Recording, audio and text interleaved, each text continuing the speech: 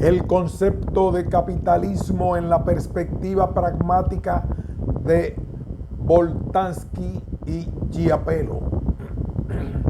Un ensayo de Juan Pablo Gonetter y Francisco Abril.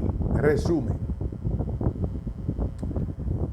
En el presente trabajo proponemos un análisis crítico de la conceptualización del capitalismo ofrecida por la perspectiva pragmática de Boltanski y Chiapello en su libro El nuevo espíritu del capitalismo. Para estos autores, el capitalismo es la exigencia de acumulación ilimitada de capital que se legitima mediante justificaciones morales, reconociéndose un vínculo ineludible entre el capitalismo y la moral. Nuestro objetivo es mostrar que el mismo es interpretado de modos variables, ambiguos y contradictorios, lo que genera una teorización imprecisa en torno al capitalismo y a los aportes que la corriente sociológica del pragmatismo podría brindar para su comprensión. La obra de Boltanski y Chiapello, El nuevo espíritu del capitalismo, constituye uno de los últimos intentos de la teoría sociológica de enfrentarse al desafío de explicar al capitalismo desde una perspectiva que, a juzgar por sus supuestos teóricos y epistemológicos, no se inscribe expresamente en la tradición marxista. A pesar de ello,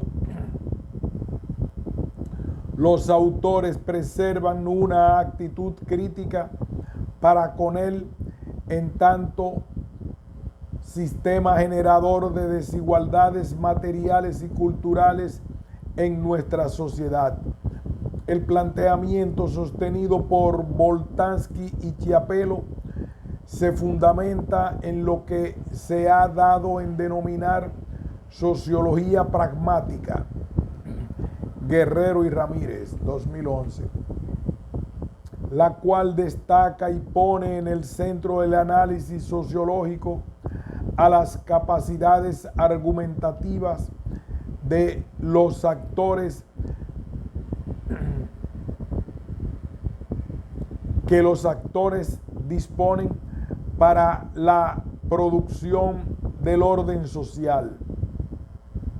Una propuesta se complementa con una sociología de la moral que asume que los actores coordinan sus acciones invocando principios morales que funcionan como justificaciones para sus prácticas.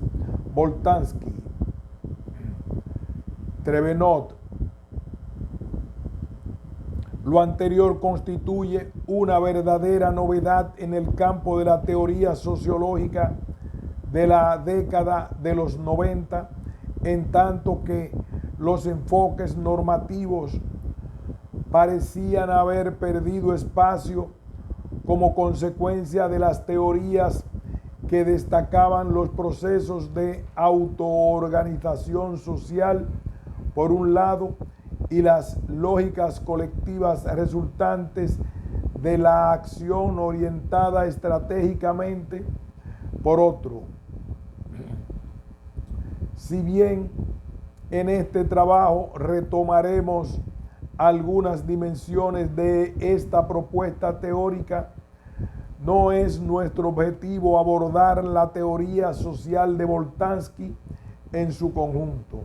Más bien, prestaremos especial atención al servicio que brinda el NEC para un análisis del capitalismo en sus variantes contemporáneas. Los motivos que impulsan nuestra indagación remiten a la necesidad de retorno al capitalismo como tópico fundamental y polémico de la tradición sociológica, que a pesar de ello tiende a presentarse de un modo no problemático en nuestros contextos académicos. En relación con esto observamos por lo menos tres actitudes generales en la discusión actual acerca de la temática. 1. Parece existir un amplio consenso acerca de que la única alternativa explicativa del capitalismo es la marxista. Más allá de sus actualizaciones, revisiones y matices, muchas de las cuales no se han centrado en repensar las condiciones de posibilidad del capitalismo. 2. Han aparecido diversas teorías sociales no estrictamente marxistas que, sin embargo, asumen al capitalismo como un fenómeno clave para interpretar a la sociedad contemporánea. Más allá de esto, frecuentemente se observa en ellas que el concepto en sí carece de un tratamiento teórico adecuado, por lo que su apropiación como categoría de análisis suele ser imprecisa, vaga y ambigua. Y 3. Transversalmente a las actitudes anteriores, nos encontramos con una ubicación excesiva del capitalismo en el lado del explanans y no del explanandum, es decir, que es un fenómeno macroestructural iluminador. No obstante, sus condiciones de posibilidad parecen recibir menos atención. Podríamos pensar en el capitalismo como un black box que solo podemos reconocer por sus efectos. Con este planteamiento en mente, consideraremos oportuno volver a retomar preguntas tales como: ¿qué es el capitalismo? ¿Cómo es posible el capitalismo? ¿Qué lugar ocupa el capitalismo en la elaboración de una teoría social o una teoría de la sociedad? En este sentido, destacamos a la propuesta del NEC como una apuesta relevante para reconsiderar estos interrogantes y por esta razón para someterla a análisis y discusión. Adicionalmente, partimos del supuesto de que el capitalismo constituye un fenómeno que de una manera u otra debe poder contener, al menos por defecto, una teoría social inscrita en las coordenadas sociohistóricas actuales. La teoría social de Boltanqui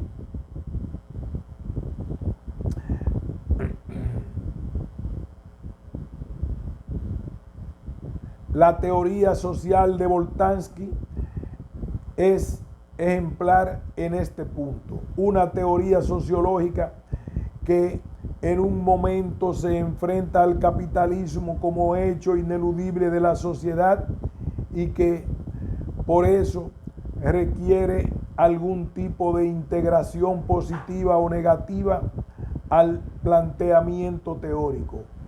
En este espacio nos preguntamos por la forma en que se conceptualiza el capitalismo desde esta teoría social. Especialmente nos llama la atención el vínculo que se teje entre capitalismo y justificaciones morales como clave novedosa para explorar alternativas reflexivas en torno al capitalismo. Así nos focalizaremos en la conceptualización del capitalismo que se esboza en el NEC sin que por ello se prescinda de otros textos del autor.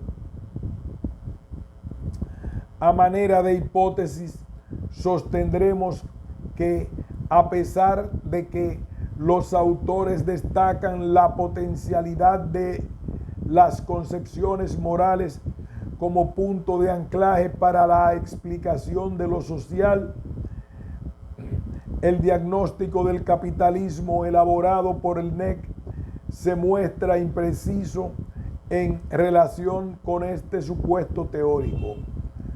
En algunos momentos, las prácticas capitalistas se caracterizan como indisociables de la acción moral y en otros el capitalismo remite a un fenómeno totalmente independizado de cualquier inscripción normativa.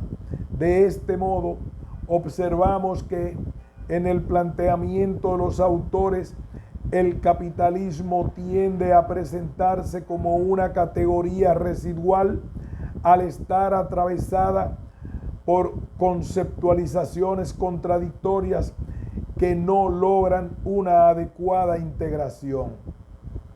A manera de precaución metodológica, resulta necesario aclarar que la reconstrucción crítica aquí elaborada no pretende exhibir las limitaciones que la actual sociología pragmática podría tener in toto para la comprensión del capitalismo.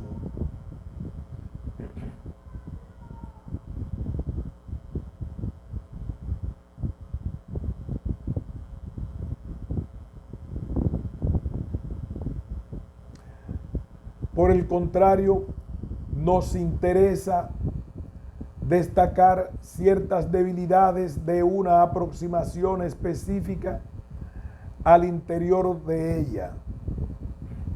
A manera de precaución metodológica, resulta necesario aclarar que la reconstrucción crítica aquí elaborada no pretende exhibir las limitaciones que la actual sociología pragmática podría tener in toto para la comprensión del capitalismo. Por el contrario, nos interesa destacar ciertas debilidades de una aproximación específica al interior de ella, ciertamente la más destacada y elaborada. En este sentido, consideramos que nuestra propuesta podría ser útil para la discusión del fenómeno capitalista al interior mismo de la mencionada corriente de pensamiento. Capitalismo, crítica y justificación. Antes de abordar la conceptualización del capitalismo, desarrollada específicamente en la introducción del libro y en la que, al operar como marco teórico de referencia, nos detendremos con mayor exhaustividad, es importante precisar cuál es la tesis general que los sociólogos franceses desarrollan en los diferentes capítulos del NEC. Se trata fundamentalmente de analizar y explicitar los cambios en los modos de legitimación del capitalismo. En otros términos, cómo éste se reconfigura ideológicamente a lo largo del tiempo. Si bien la obra tiene una cierta pretensión de generalidad teórica, constituye en última instancia una investigación particular. Esto es, situada espacial y temporalmente y abocada al estudio de un material determinado. El recorrido histórico que hacen los autores va desde 1965 hasta 1995, periodo en que en el que observan los cambios en las configuraciones ideológicas del capitalismo, puntualmente en el contexto francés. Para el análisis de estas mutaciones, los autores se servirán siguiendo una estrategia metodológica weberiana de un corpus bibliográfico específico, los textos de gestión empresarial, los cuales les brindarán a los principales actores involucrados en el proceso capitalista una fuente significativa de recursos motivacionales y justificatorios. Boltanski y Chiapello comienzan su análisis del capitalismo proponiendo una definición que caracterizan como mínima. Retendremos una fórmula mínima que hace hincapié en la exigencia de acumulación ilimitada de capital mediante medios formales, pacíficos. Boltanski y Chiapello, 2010. Esto es, el capitalismo se asocia a una dinámica en la cual el objetivo es aumentar los beneficios mediante el incremento del capital. A su vez, aclaran que el capitalismo no es la búsqueda de riqueza, bienes o poder, sino que remite específicamente a la perpetuación de la acumulación. Obedece a una lógica de circulación incesante del capital. De lo que se trata es de buscar siempre el máximo beneficio económico para de esa manera poder reinvertir lo que se ganó y reiniciar el ciclo.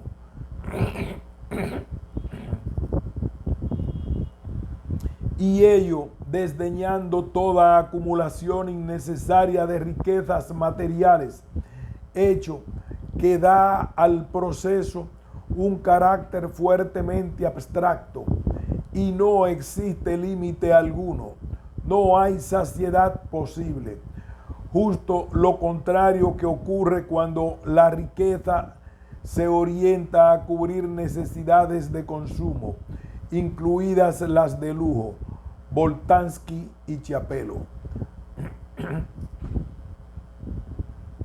Ahora bien, esta voluntad de acumulación ilimitada que es propia del sistema capitalista frecuentemente se encuentra sometida a procesos críticos en tanto que genera desigualdades e insatisfacciones en amplios segmentos de la población.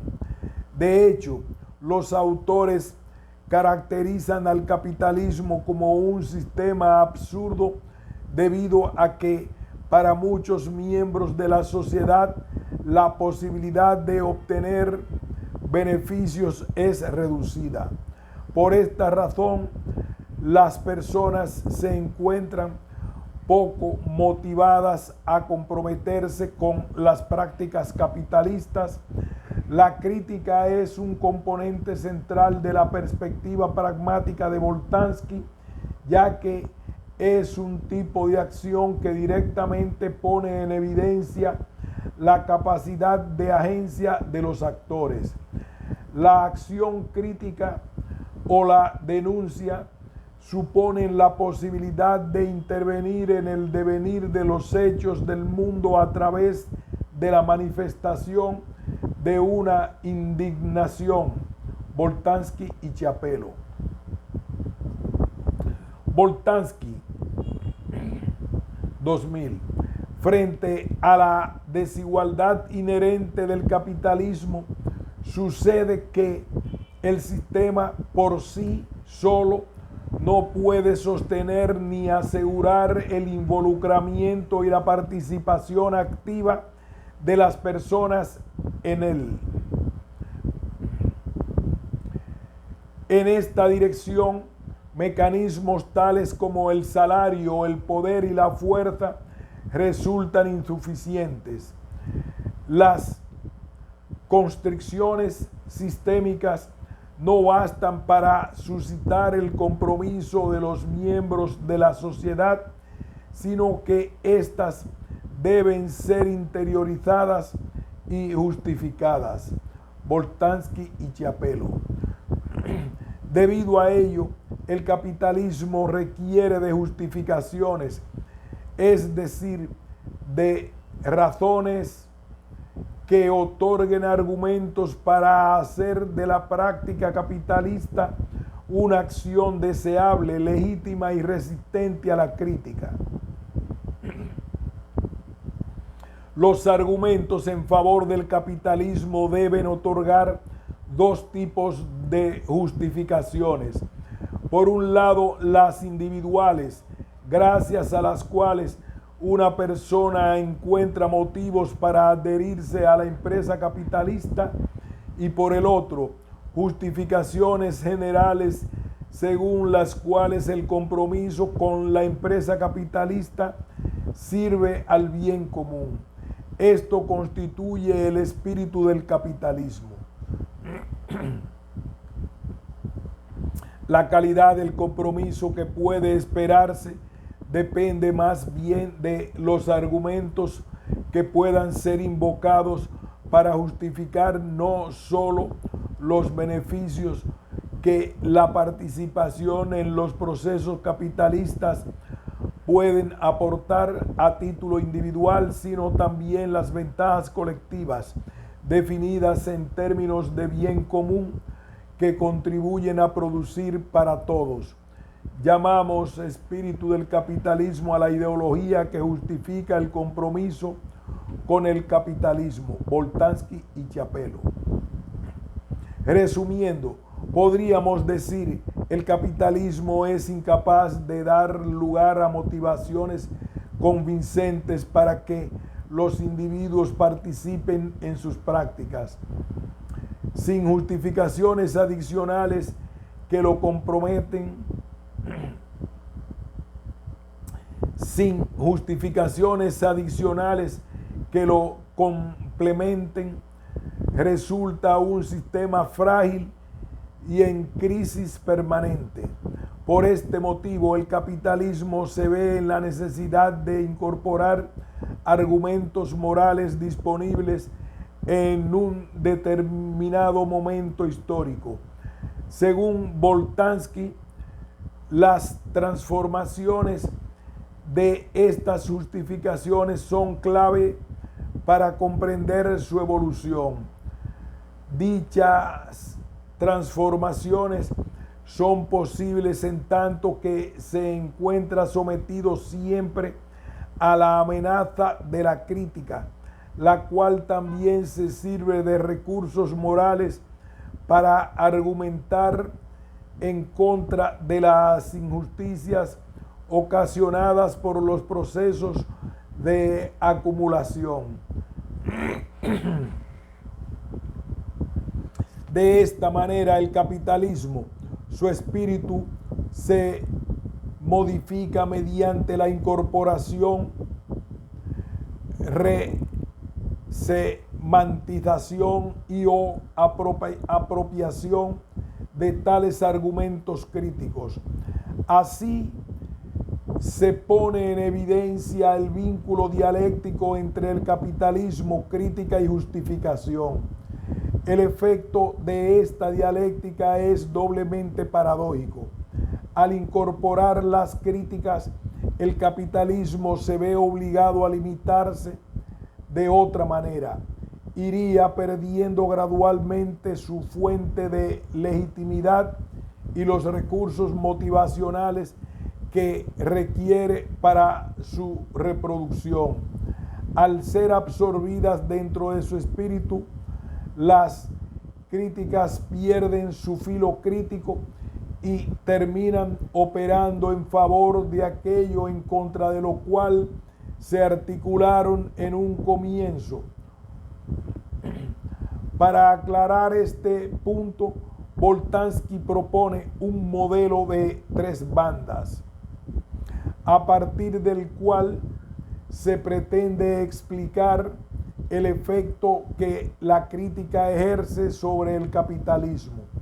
Los 3 ejes del modelo son: A, la crítica que involucra a su objeto y a su intensidad; B, el capitalismo, sus dispositivos de organización del trabajo y las formas de obtención de beneficio; y C, el capitalismo entendido desde el punto de vista de los dispositivos que permiten mantener una separación relativa entre los medios empleados para generar beneficios y las exigencias de justicia. Cualquier cambio que se registre en uno de estos ejes, ya sea relativo al objeto o la intensidad de la crítica, a los dispositivos de acumulación o a las exigencias de justicia, repercute necesariamente sobre los otros y los modifica. De hecho, el espíritu del capitalismo es, en gran medida, el resultado del juego que se genera entre estas 3 instancias.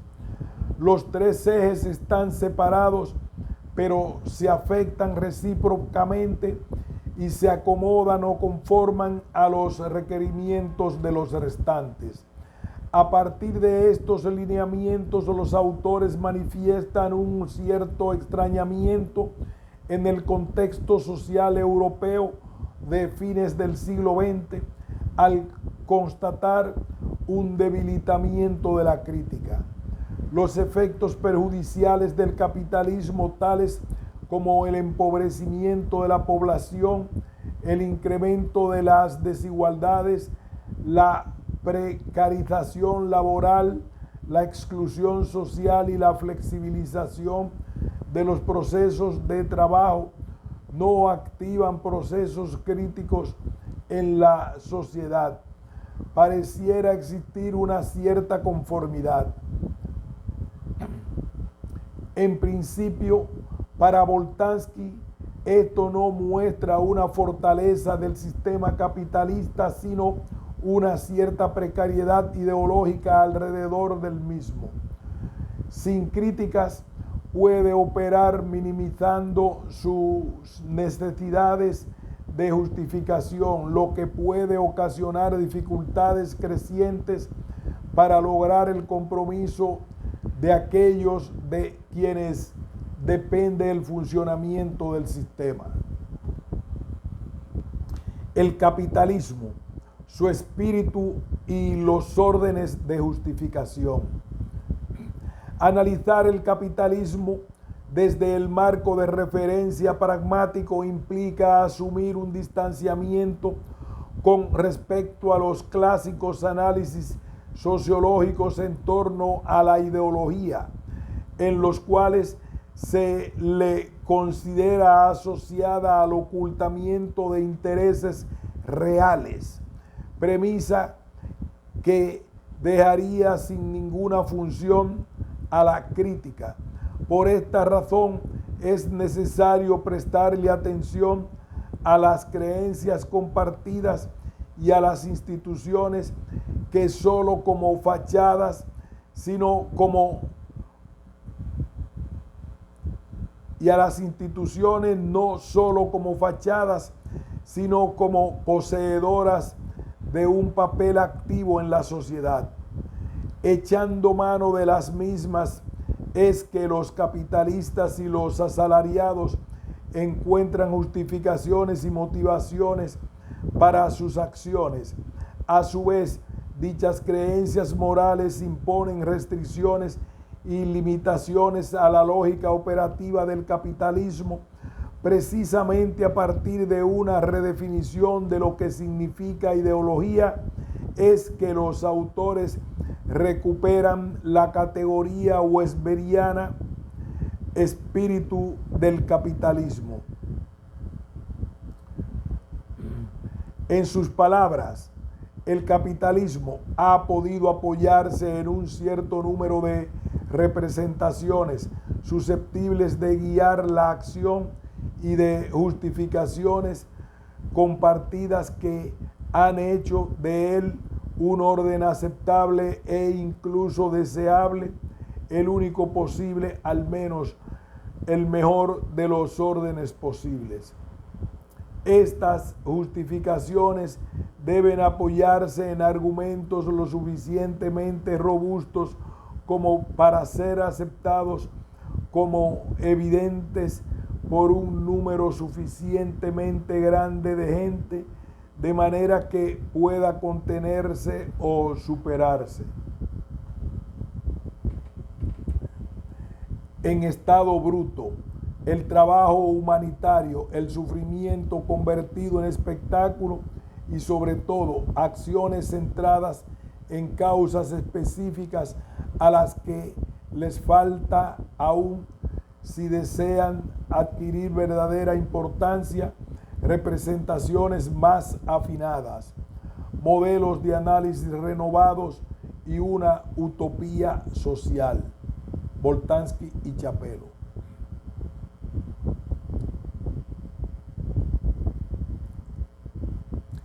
El capitalismo ha podido apoyarse en un cierto número de representaciones susceptibles de guiar la acción y de justificaciones comparadas que han hecho de él un orden aceptable e incluso deseable, el único posible o al menos el mejor de los órdenes posibles.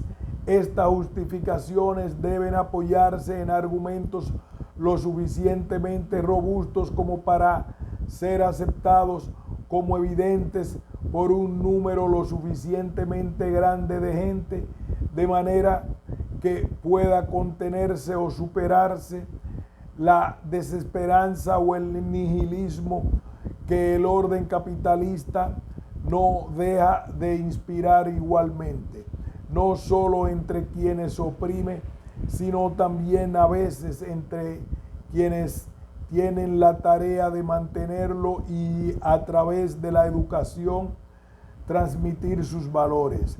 El espíritu del capitalismo es precisamente este conjunto de creencias asociadas al orden capitalista que contribuyen a justificar dicho orden y a mantener legitimizando los modos de acción y las disposiciones que son coherentes con él. Boltanski y Chapelo.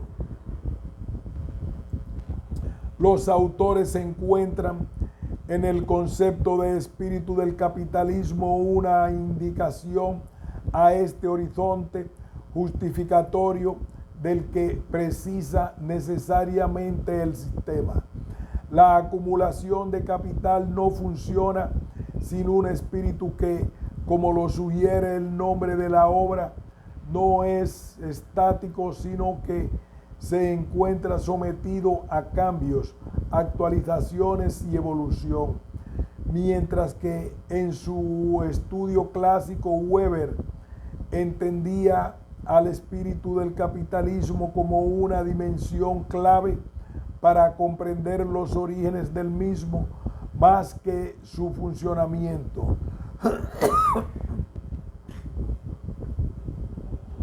Boltanski propondrá que el espíritu es una categoría que también debe ser tenida en cuenta al interior del sistema capitalista como fuerza motora vital para su reproducción y transformación.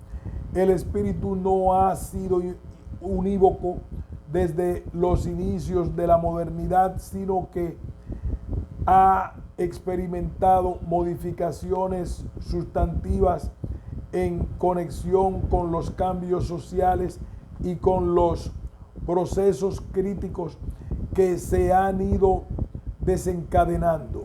Más allá de esta diferencia, lo común a los planteamientos sería la idea de que el capitalismo precisa de razones suficientemente convincentes para lograr adhesión.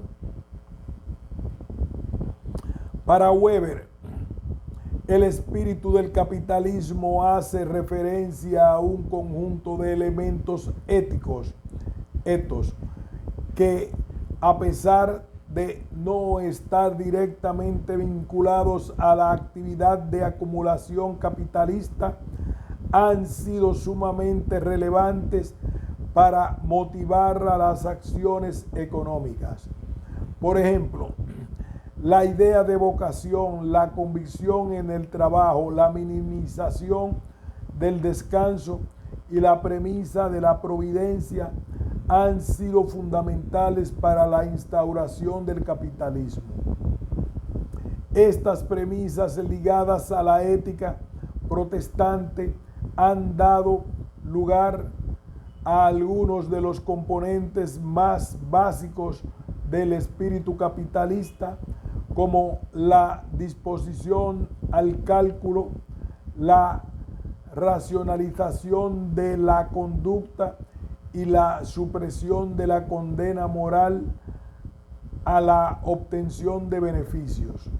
Boltanski sostiene que alguna de estas características comprende al núcleo ideológico del sistema capitalista, lo cual quiere decir que las mismas han permanecido más o menos constantes en la historia de la sociedad moderna.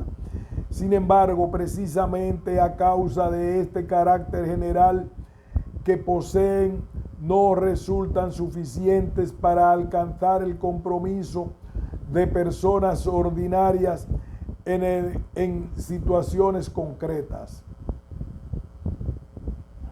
En especial en los contextos laborales en donde los actores se ven expuestos permanentemente a la necesidad de justificar sus acciones y también de responder a las críticas y denuncias que reciben.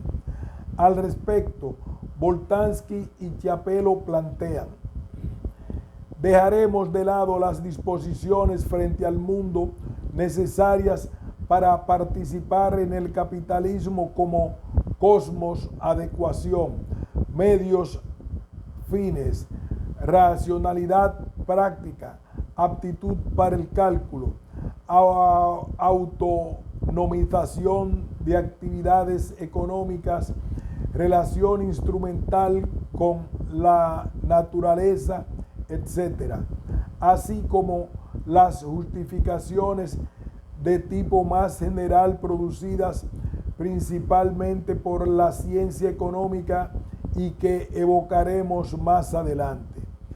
Estas justificaciones y disposiciones indican en la actualidad, al menos entre los actores de la empresa en el mundo occidental, competencias comunes que, en armonía con las limitaciones institucionales que se imponen de alguna manera desde el exterior, son constantemente reproducidas a través de los procesos de socialización familiares y escolares. Estas constituyen el zócalo ideológico a partir del cual se pueden observar las variaciones históricas, aun cuando no pueda excluirse que la transformación del espíritu del capitalismo implique a veces la metamorfosis de algunos de sus aspectos más duraderos. Nuestro propósito es el estudio de las variaciones observadas y no la descripción exhaustiva de todos los componentes del espíritu del capitalismo. Esto nos llevará a desprender del concepto de espíritu del capitalismo los contenidos sustanciales en términos de ethos que están ligados a la obra de Weber, para abordarlo como una forma que puede ser objeto de un contenido muy diferente según los distintos momentos de la evolución de los modos de organización de las empresas y de los procesos de extradición. Esto nos llevará a depender del concepto de espíritu del capitalismo, los contenidos sustanciales en términos de ethos que están ligados a la obra de Weber, para abordarlo como una forma que puede ser objeto de un contenido muy diferente según los distintos momentos de la evolución de los modos de organización de las empresas y de los procesos de extracción del beneficio capitalista. De este modo, los autores sostienen que no es su objetivo explicar la génesis del capitalismo, sino que se interesan en la comprensión de las condiciones a partir de las cuales su espíritu puede seguir siendo una instancia motivadora para los actores. Desde esta premisa es necesario orientarse a las variaciones del espíritu más que a sus características más estables y constantes.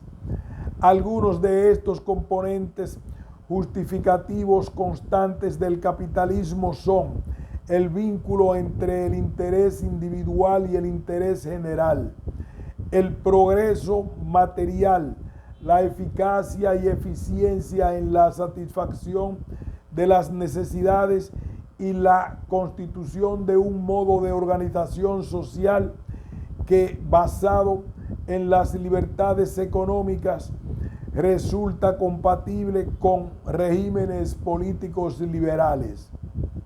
A pesar de estos componentes permanentes, el capitalismo requiere de otros argumentos más concretos y menos abstractos para que el espíritu cumpla con su función.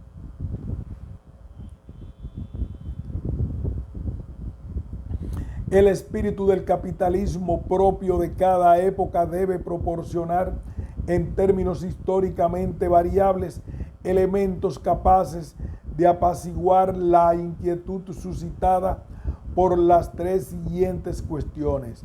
¿De qué manera puede el compromiso con el proceso de acumulación capitalista ser fuente de entusiasmo incluso para aquellos que no serán los primeros en aprovecharse de los beneficios realizados?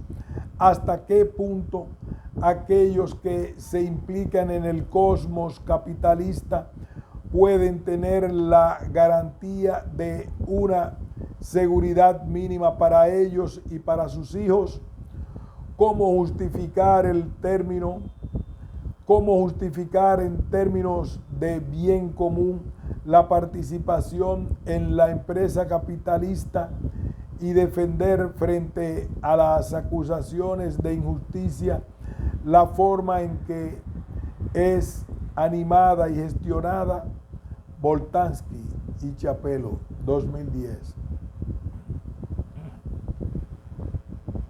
Aunque no queda claro en el planteamiento esta dinámica entre continuidad y cambio, entre lo sustantivo y lo accesorio, en el espíritu del capitalismo, los autores pretenden mostrar que los componentes variables del espíritu se vinculan a principios de orden moral constituidos históricamente en la sociedad.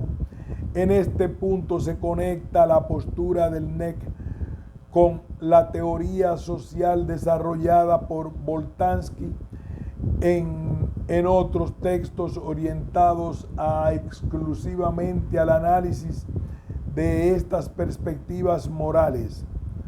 Boltanski, 1999. Para los principios de orden moral son con cosmovisiones o representaciones generales acerca de la sociedad que se constituyen históricamente y que conforman los puntos de apoyo normativo para la elaboración de críticas y justificaciones. También denomina a estos principios de orden como ciudades, no en referencia a los planteamientos urbanos actuales, sino en conexión con el término cité acuñado a finales del siglo XI y proveniente del latín civitas, que refiere a la ciudad como persona moral.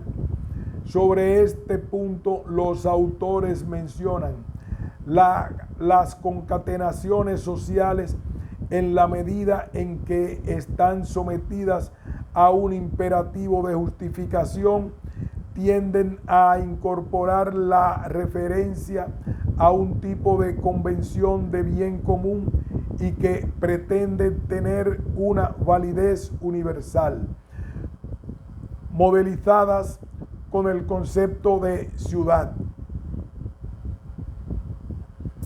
A modo de simplificación terminológica, podríamos sostener que las ciudades son principios morales o filosofías políticas que fungen como órdenes de justificación en una sociedad determinada.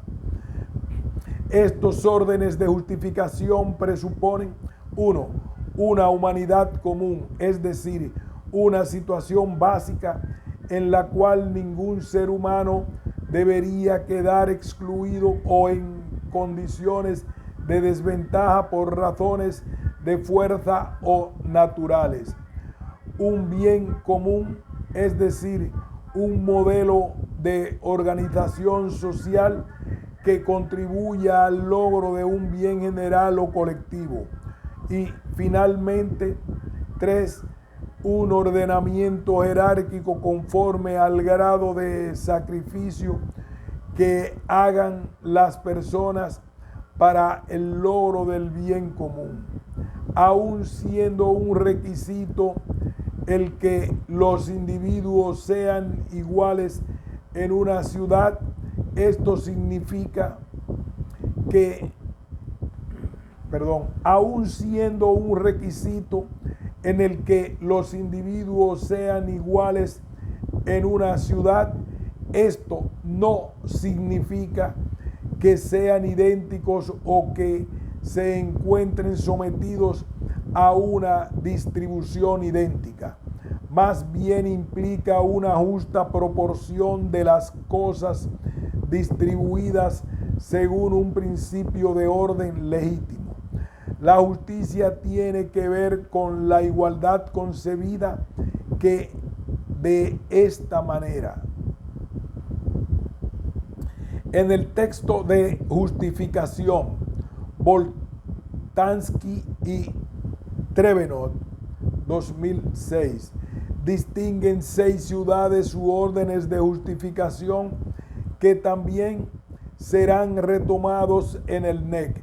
Brevemente descritas son: la ciudad inspirada, la cual destaca como cualidad humana a la creatividad, concibe a las relaciones sociales como centradas en la pasión y su forma de evaluación del mundo se realiza de acuerdo con la gracia y la creatividad.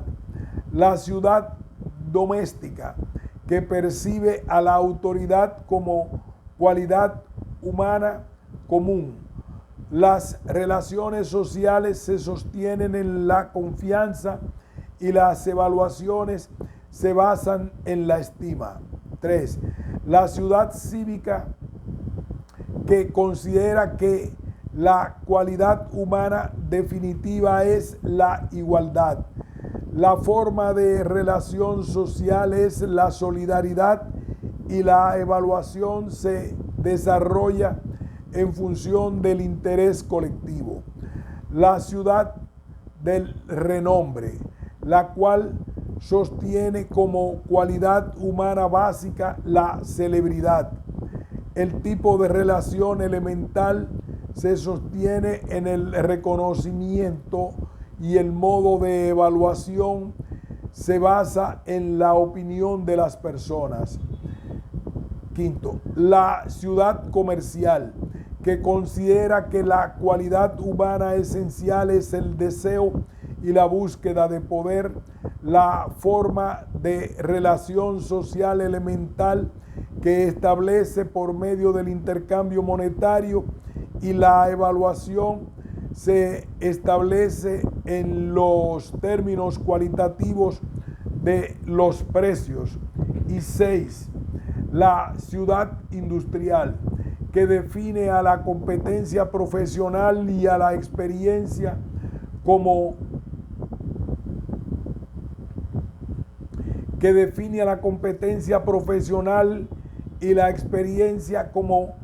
cualificaciones humanas fundamentales.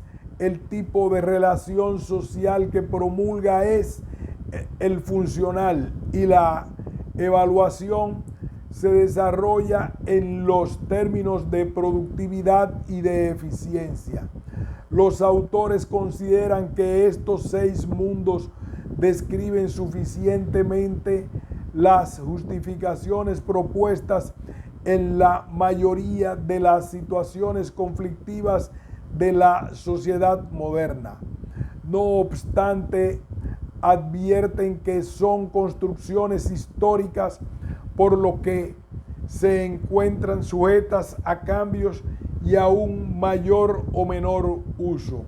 El espíritu del capitalismo se habría configurado articulándose en distintos momentos con estos órdenes de justificación y asociándolos con la exigencia de acumulación de capital. Los autores identifican 3 espíritus que se fueron revelando y mezclando a lo largo de su historia. El primero, que suscita a finales del siglo XIX y se conecta con la figura del burgués emprendedor, y así con la figura del empresario como conquistador y fuerza transformadora de la sociedad. Este espíritu encontró legitimidad en las ciudades comercial y doméstica. El segundo, configurado entre los años 30 y 60 del siglo XX, y cuya figura ejemplar es la del director de la gran empresa centralizada, burocratizada y fuertemente planificada. A diferencia del primer espíritu, el énfasis no se pone en el empresario individual, sino en la misma organización racional orientada a la producción y consumo en masa. Aquí encontramos la apelación a la industrial y a la cívica. Finalmente, un último espíritu que se encontraría en ciernes hacia finales del siglo XX, el cual tendría como principal referente al accionista y la organización en red operando a escala mundial. Uno de los objetivos del NEC es dar cuenta del tipo de ciudad que se encontraría dinamizando y proponiendo este espíritu, el cual no se encontraría totalmente configurado en el marco de las 6 ciudades analizadas. A pesar de esto, es reconocible el papel que juegan la ciudad inspirada y la de renombre en la articulación de este nuevo espíritu. Dejando de lado la discusión específica de esta propuesta analítica, a continuación deseamos revisar el modo en que el sistema es concebido en este movimiento articulado alrededor de la noción de espíritu del capitalismo. El interrogante que nos planteamos es: ¿Cómo se entiende el capitalismo bajo estas coordenadas sostenidas en el NEC? Capitalismo y moral. Una articulación no explicitada. En este apartado presentaremos algunas tensiones que detectamos en el planteamiento de Boltanski y Chiapello en relación con la conceptualización teórica del capitalismo y que entendemos no son subsanadas ni con la propuesta de una definición mínima ni con el modelo de 3 bandas. Como mencionamos al inicio del trabajo, estas tensiones se encuentran expresadas en las diferentes maneras en que se aborda el vínculo entre capitalismo y justificaciones morales. Este hecho nos llevará a sostener que el capitalismo en el NEC aparece como una categoría residual, lo que significa que la misma no se encuentra adecuadamente integrada en la propuesta teórica unificada y por tanto se halla deficiente y ambiguamente tratada.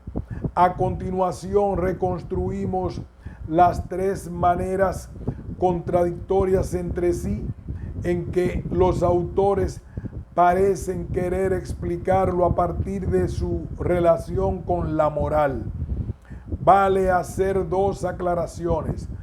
Por un lado, estas estrategias de definición no se encuentran suficientemente explicitadas en el argumento de los autores, razón por la cual su distinción es producto de una tarea reconstructiva y hermenéutica.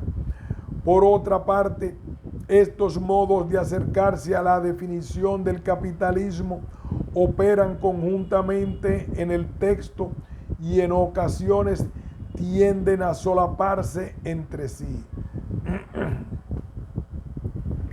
Capitalismo como orden macromoral. Una primera forma de concebir el capitalismo que encontramos en el texto, quizás la más radical para la tradición sociológica, parece sostener que el capitalismo es un fenómeno de la dicotomía entre la economía y moral, base, superestructura. De hecho, esta dicotomía se concibe como ideológica y ha sido sostenida, por ejemplo, por la ciencia económica liberal. De hecho, esta dicotomía se concibe como ideológica y ha sido sostenida, por ejemplo, por la ciencia económica liberal. La automatización de la economía es, por cierto, producto de una convicción moral. Esta concepción permitió dar cuerpo a la